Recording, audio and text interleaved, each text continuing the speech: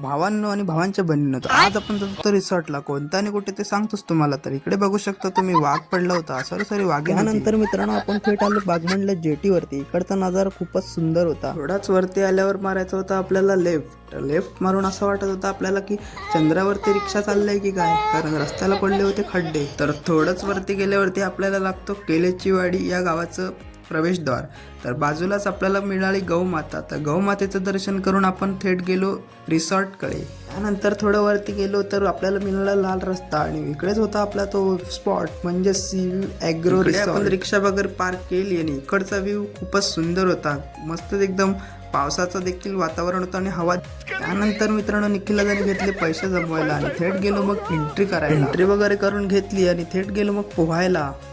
मग काय मित्रांनो, लहान पोरांनी टाकल्या खाली उड्या. मग गेलो मी मोबाईल खाली. तर मोबाईल खाली नेला आणि निलाशर पाणी बघून खूपच मजा आली. सूर टाकावी, मग आलो वरती टाकली सूर आणि गेलो खाली.